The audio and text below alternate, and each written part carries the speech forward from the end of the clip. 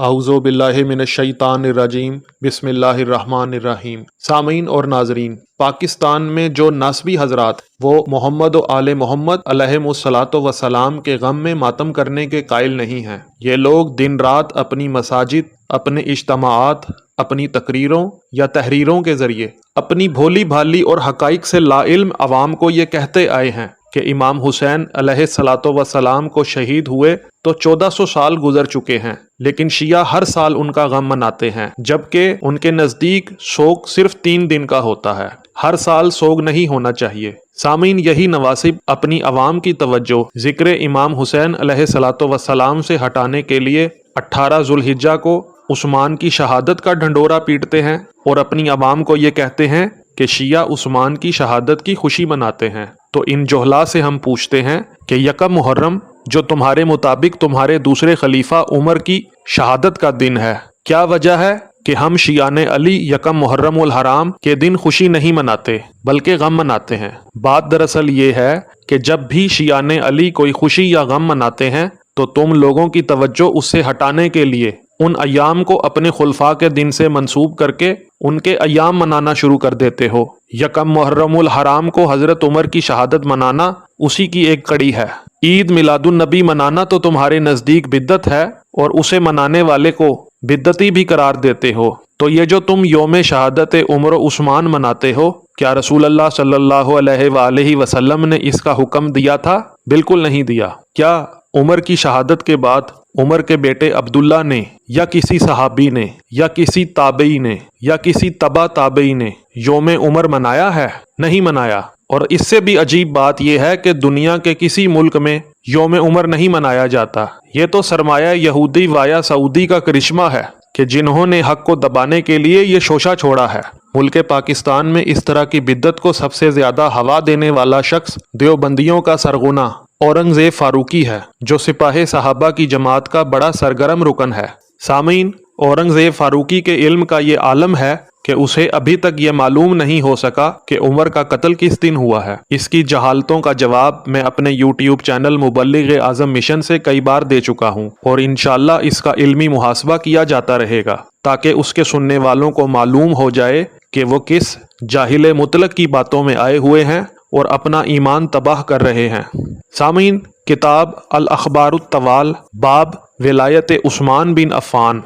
صفحہ نمبر 139 میں لکھا ہے کہ حضرت عمر بن خطاب جمعہ کے دن فوت ہوئے، جبکہ 23 ہجری ذوالحجہ کے مہینے کے اختتام میں 4 راتیں باقی تھیں۔ جی سامعین، آپ نے ملاحظہ کیا کہ اخبار الطوال کے مطابق عمر کی وفات 26 ذوالحجہ کو تھی، نہ کہ یکم محرم الحرام کو۔ اور سامعین، معجم الکبیر طبرانی میں جلد اول صفحہ 111 میں روایت نمبر 70 کے ذیل میں لکھا ہے کہ حضرت سہل بن سعد انصاری رضی اللہ تعالی عنہ فرماتے ہیں کہ حضرت عمر رضی اللہ عنہ کو بدھ کے دن دفن کیا گیا، جبکہ ذی الحجہ کے 4 دن باقی تھے۔ تو سامعین، اگر مہینہ 30 دن کا لگایا جائے تو 4 دن پہلے تو 26 تاریخ بنتی ہے، اور اگر 29 بھی فرض کر لیا جائے تو 4 دن پہلے تو 25 ذوالحج بنتی ہے، جبکہ ناسبی یکم محرم الحرام کو عمر کی شہادت قرار دے رہے ہیں۔ اور سامعین، کتاب مرآت الزمان فی تواریخ الاعیان میں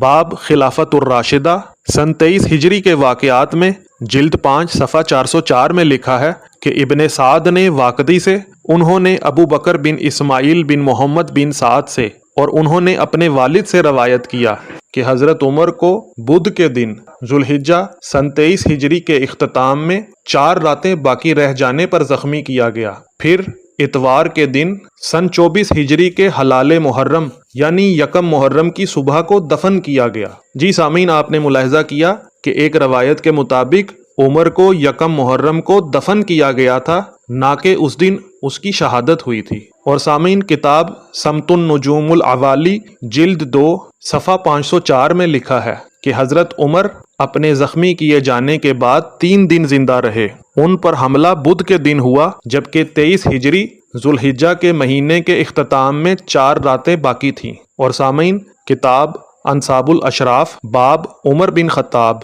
جلد 10 صفحہ 439 میں لکھا ہے کہ واقدی نے کہا ہے کہ عمر بن خطاب پر بدھ کے دن 23 ہجری ذوالحجہ کے مہینے کی 4 راتیں باقی رہ جانے پر خنجر کے وار سے حملہ کیا گیا اور انہیں 24 ہجری کے ہلال محرم یعنی پہلی محرم کی صبح اتوار کے دن دفن کیا گیا۔ اور سامعین، کتاب الجوہرہ فی نسب النبی و اصحاب العشرہ باب مقتل عمر جلد 2 صفحہ 157 میں لکھا ہے کہ حضرت عمر نے مسلسل 10 سال لوگوں کو حج کرایا۔ جب وہ حج سے فارغ ہو کر مدینہ آئے تو فیروز جو مغیرہ بن شعبہ کا غلام تھا نے 23 ہجری کے باقی حصے میں ذوالحجہ کے آخر میں 4 راتیں باقی رہ جانے پر پیر کے دن انہیں قتل کر دیا۔ اور سامعین، کتاب المستدرک علی الصحیحین باب مقتل عمر علی الاختصار جلد 3 صفحہ 97 میں لکھا ہے، دان بن ابی طلحہ یامری سے روایت کیا ہے کہ حضرت عمر رضی اللہ عنہ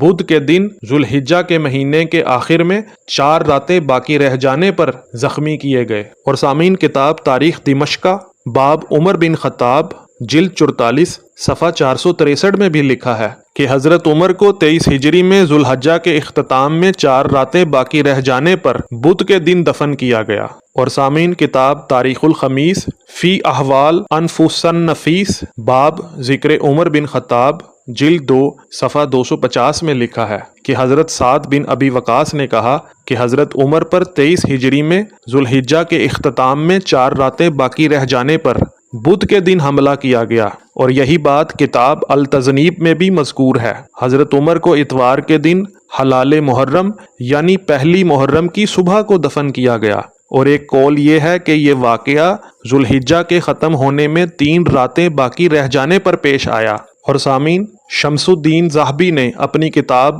العبر فی خبر من غبر جلد اول صفحہ 20 میں بھی یہی لکھا ہے کہ امیر المومنین عمر بن خطاب ذوالحجہ میں 3 یا 4 راتیں باقی رہنے پر شہید ہوئے۔ سامعین، انشاءاللہ آپ کو مزید ویڈیو میں غیر شیعہ کتب سے یہ ثابت کروں گا کہ عمر کا قتل یکم محرم الحرام کو نہیں بلکہ 30 یا 29 ذوالحجہ کو ہوا تھا۔ سامعین، اگر آپ کو ویڈیو پسند آئی ہے تو ویڈیو کو لائک کریں، ہمارے چینل مبلغ اعظم مشن اور ہمارے دوسرے چینل بلینڈ آف ہسٹری کو سبسکرائب کریں، اور اس ویڈیو کو زیادہ سے زیادہ شیئر کریں تاکہ لوگ جہالت کی موت نہ مر سکیں۔ السلام علیکم ورحمۃ اللہ وبرکاتہ۔